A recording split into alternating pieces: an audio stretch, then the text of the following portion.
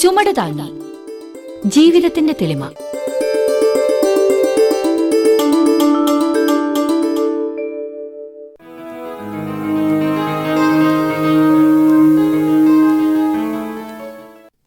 Father, ഞാൻ വളരെ പ്രധാനപ്പെട്ട ചില കാര്യങ്ങൾ പറയുന്നതിനാണ് വിളിച്ചു വരുത്തിയത്. എടാ കുട്ടപ്പായി, അച്ഛനയച്ച ആ കത്തങ്ങിയെടുത്തേ. ഓ, ഈ അനിച്ചേച്ചിയുടെ ഒരു കാര്യം. ചേച്ചിയുടെ മുമ്പിലിരിക്കുന്നു കത്ത്, ആ പുസ്തകത്തിന്റെ താഴെ. ഭരണമാറ്റമാണോ വിഷയാനു? സാറിന്റെ തീരുമാനം വന്നോ? അത് തന്നെ. പക്ഷേ എനിക്കതിൽ വേദന ഉണ്ടാക്കുന്ന ഒരു കാര്യമുണ്ട്. സത്യമാണ് ഫാദർ, അങ്ങനൊരു കാര്യമുണ്ട്. അതെന്താ അനുവിനെ വേദനിപ്പിക്കുന്ന കാര്യം? കുടുംബ ട്രസ്റ്റിൽ അതിലുള്ളവരെയല്ലേ ചുമതലയേൽപ്പിക്കാൻ കഴിയൂ. ഇനിയിപ്പോൾ അനാമികയാണല്ലോ സ്വാഭാവികമായും സെക്രട്ടറി സ്ഥാനം ഏൽക്കേണ്ടത്. ഫാദറിനറിയാലോ, എനിക്ക് അധികാരവും പദവിയും ഒന്നും വേണ്ട. ഏത് ജോലിയും ചെയ്യാൻ തയ്യാറുമാണ്. എന്നിട്ടും ഏതൊരാളും വേദനിക്കും ഫാദർ. നേരിട്ട് 2 വഴക്ക് പറഞ്ഞാൽ സാരമില്ല. ഇതിപ്പോൾ അതുപോലെയല്ലല്ലോ. ഞാനിപ്പോഴും ഇരുട്ടിലാണ്. വേണ്ടത്ര പിടികിട്ടിയിട്ടില്ല. കാര്യങ്ങൾ തെളിച്ചു പറഞ്ഞാൽ നന്നായി. കുട്ടപ്പായി, ദേ ഈ കത്തിലെ ആ ഭാഗം ഒന്ന് വായിച്ചു കേൾപ്പിക്ക്. കത്തിങ്ങി തന്നേ ഫാദർ. ഇതിൻ്റെ തുടക്കത്തിൽ പ്രിയപ്പെട്ട അനുമോളെ എന്നൊക്കെയുണ്ട്. ഞാൻ അതങ്ങ് വിടുന്നു. പ്രസക്ത ഭാഗം വായിക്കാം. ട്രസ്റ്റിൻ്റെ പ്രവർത്തനം കാര്യക്ഷമമായി മുന്നോട്ട് കൊണ്ടുപോകണം. നിന്റെ കഴിവിൽ എനിക്കും അമ്മയ്ക്കും വിശ്വാസമുണ്ട്. പക്ഷേ കാര്യനടത്തിപ്പിന് നിന്റെ സമ്പ്രദായങ്ങൾ പോരാ എന്നാണ് ഞങ്ങളുടെ അഭിപ്രായം. മറ്റൊരു വഴി തേടുകയാണ് ഞങ്ങൾ. ഇതാണ് ആ ഭാഗം. അനു നല്ല കഴിവുള്ള ആളാണ്. എന്താണ് ഉദ്ദേശിച്ചതെന്ന് പണിക്കര് സാറിനും അമ്മയ്ക്കുമേ അറിയൂ. പക്ഷെ എനിക്കറിയാം, എൻ്റെ ജനകീയ സ്വഭാവം ജനാധിപത്യവാദികളായ ശ്രീ രാജീവ പണിക്കർക്കും ശ്രീമതി ഭാനുമതി അമ്മയ്ക്കും ബോധിക്കുന്നില്ല. പകരം മറ്റൊരാളെ ഇറക്കണം. എല്ലാവരെയും സ്നേഹിക്കുക എന്നതാണല്ലോ എൻ്റെ സമ്പ്രദായം. മറ്റൊരാളെ തേടുന്നു എന്ന വാചകം തീർത്തും കൺഫ്യൂഷൻ ഉണ്ടാക്കും. ഇതുവരെ ഇല്ലാത്തൊരാൾ എന്നാണല്ലോ ധ്വനി. അതാരായിരിക്കും? ആരായാലും അനുച്ചേച്ച് പ്രധാന പ്രതിപക്ഷമായി ഇവിടെ കാണും. അതാണൊരാശ്വാസം. എല്ലാം ദൈവത്തിൻ്റെ അല്ല, പണിക്കര് സാറിൻ്റെ കയ്യിലാണ്.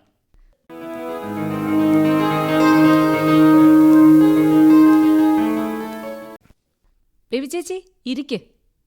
കത്രീനേടത്തി, ബേബി ചേച്ചി വന്നിട്ടുണ്ട്. 2 ചായ ഇട്ട് വെക്കണേ. ചായ ഇപ്പോൾ വേണ്ടായിരുന്നു അനു. പിന്നെ ഇടാൻ പറഞ്ഞതല്ലേ, കുടിച്ചേക്കാം.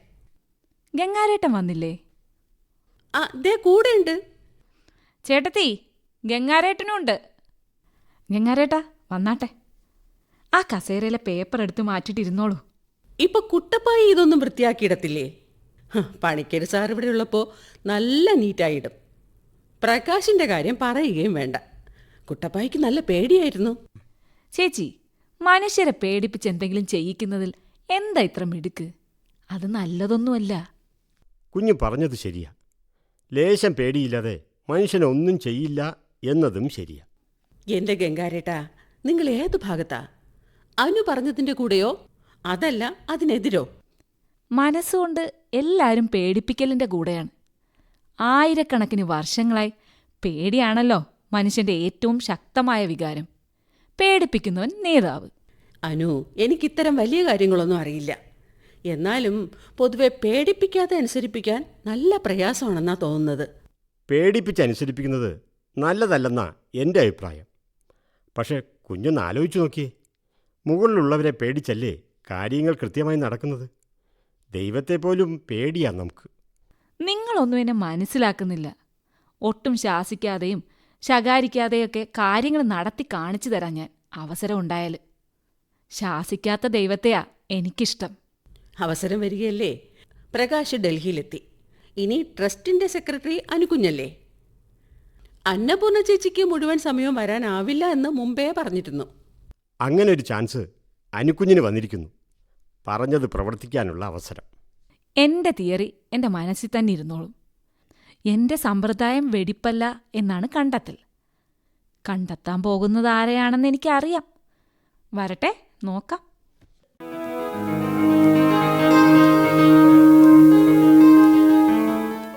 ഫാദർ, കാര്യങ്ങളിൽ ഏകദേശം തീരുമാനമായി എന്നാണ് കേൾക്കുന്നത്.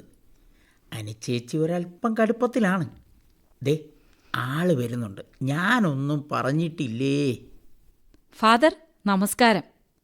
ഈ ട്രസ്റ്റിന്റെ സെക്രട്ടറി എന്ന് പറഞ്ഞാൽ UN സെക്രട്ടറി ജനറൽ ആണെന്നാണ് പലരുടെയും വിചാരം.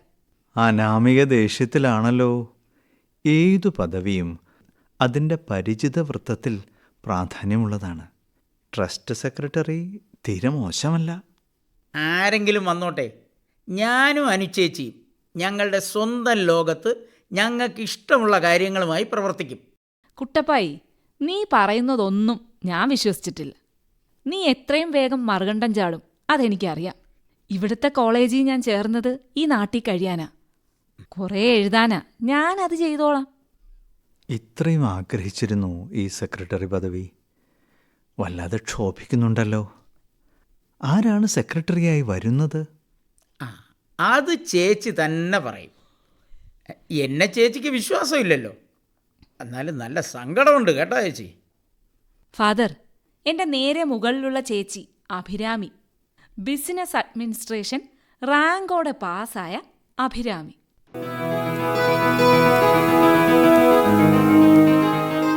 ഇപ്പോൾ കേട്ടത് ചുമട് താങ്ങി, ജീവിതത്തിന്റെ തെളിമ. രചന ശ്രീകുമാർ മുഖത്തല. ശബ്ദം നൽകിയവർ PA ബിജു, സന്തോഷ് തിരുമല, സെവിൽ ജിഹാൻ, സുഷമ അനിൽ, ബിജു കല്ലുവാതുക്കൽ.